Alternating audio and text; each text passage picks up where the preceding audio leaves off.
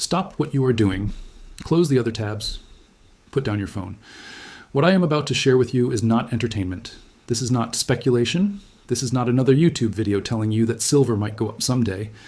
This is a direct confession from one of the most powerful financial institutions on the planet. And if you do not understand what they just admitted, you are going to get blindsided by what comes next.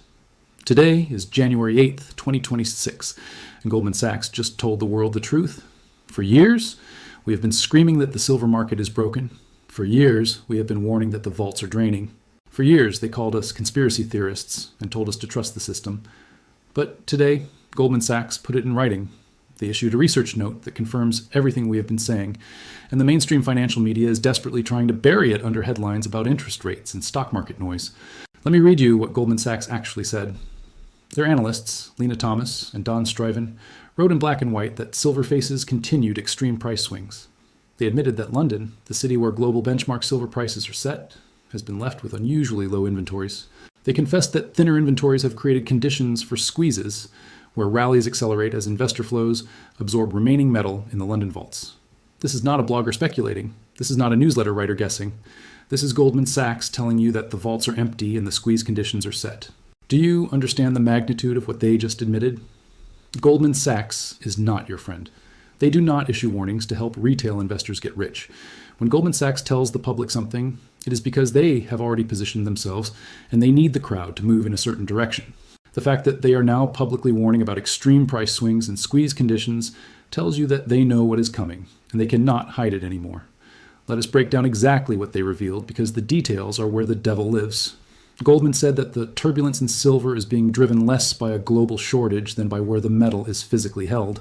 Read that sentence again. They are admitting that the problem is not about total supply. The problem is about location. The problem is that the silver is in the wrong place and it is not moving. London is supposed to be the center of global silver pricing. The benchmarks are set there. The paper contracts reference London inventories. But Goldman just told you that London has unusually low inventories. The metal has been pulled into U.S. vaults over the past year because traders were worried about potential tariffs from Washington. So the silver that is supposed to back the London paper market is sitting thousands of miles away in New York COMEX vaults. And here's the kicker. Goldman admitted that the metal is probably not coming back. They pointed out that most gold has stayed in New York COMEX vaults even after Washington clarified that gold would remain exempt from tariffs. The clarification came. The tariff threat disappeared. And the gold stayed in New York anyway. Goldman explicitly said that if silver follows the same pattern, most silver may remain in New York COMEX vaults. An extreme price action could persist even after a definitive statement on U.S. silver tariffs.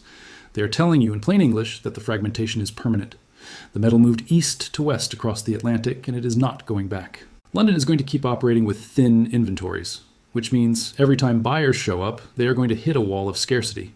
Every time investment demand picks up, the price is going to spike violently because there is no buffer left. Goldman quantified exactly how broken the market has become.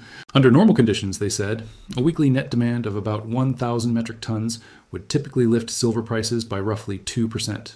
That is normal market sensitivity. That is how a healthy, well-supplied market responds to demand.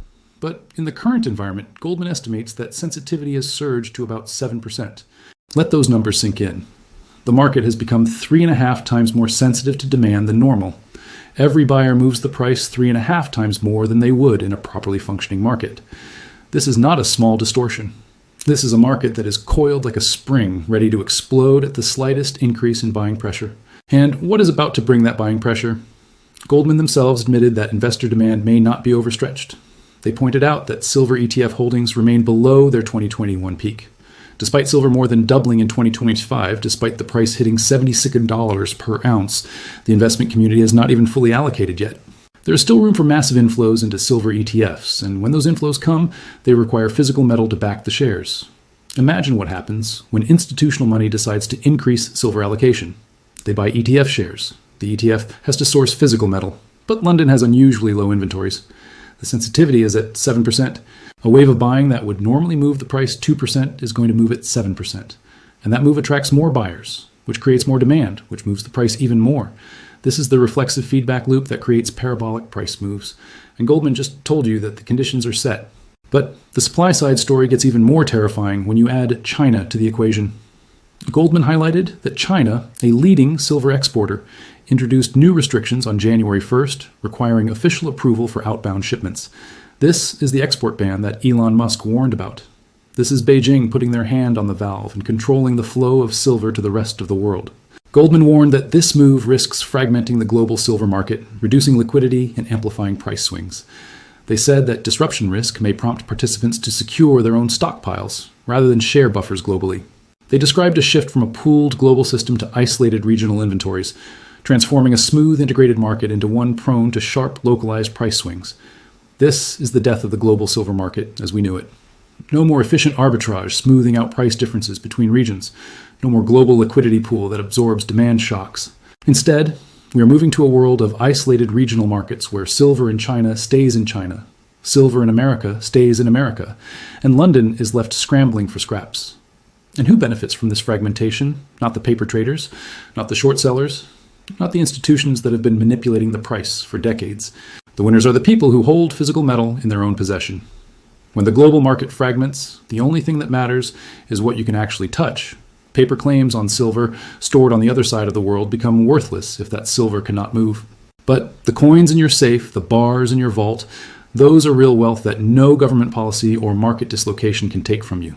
The price right now is $76 per ounce. That is up 8.5% already this year. That is after more than doubling in 2025. The mainstream financial media wants you to think the move is over. They want you to believe that silver is expensive now and you should wait for a pullback. But Goldman Sachs just told you that extreme price swings are coming and that the conditions for squeezes are in place. When Goldman Sachs warns about extreme price swings, they are not warning about crashes. They are warning about volatility in both directions. But the asymmetry is obvious. When vaults are empty, when sensitivity is at 7%, when China is restricting exports, the extreme swings are going to be predominantly to the upside. Yes, there will be pullbacks. Yes, there will be days when the price drops and the weak hands panic. But the structural reality is that there is not enough metal in the right places to meet demand, and that reality is not going away. Every day that passes, the situation gets worse. Every day, more silver gets consumed by industrial users who need it for solar panels and electronics and medical devices.